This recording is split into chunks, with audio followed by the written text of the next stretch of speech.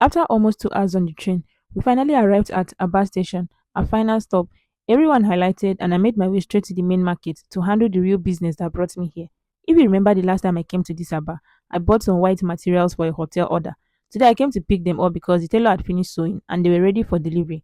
But first thing first, Aba market is Aba market. You have to count your goods carefully because, as they say, inside Aba, another Aba day. If you know, you know. So I carefully counted the bed sheets one by one to make sure they were complete. Thankfully, everything checked out. They had even packed them neatly so the white fabrics wouldn't get stained in the hustle and bustle of the market.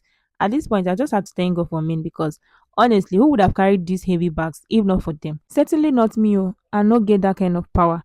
Once everything was secured and loaded inside the KK, we headed to the motor park where I would board the bus back to Port Harcourt.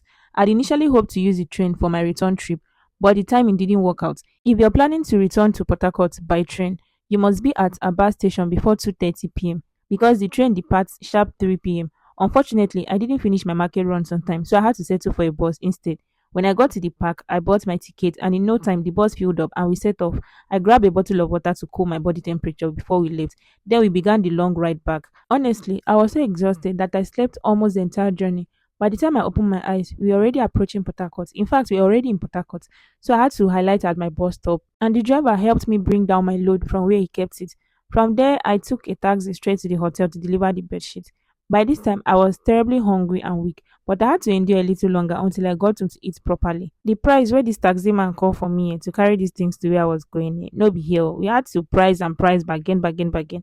Finally, we arrived at a reasonable amount, so I told him, okay, let's go now. My ride down to the hotel this evening was filled with beautiful sunsets, and I couldn't help but just admire everywhere. It was so calm, so peaceful, and so beautiful to watch. Finally, we arrived at the hotel, got everything settled, and then I made my way back home.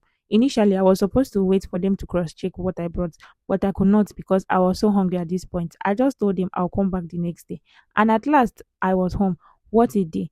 Long, stressful, but very productive. And as someone who supplies beddings to hotels, schools, and hospitals, I always make sure that even the bedsheet in my own house is on point. So please, if you know anyone who needs bedsheet in bulk, do well to call me or recommend me. Business must move.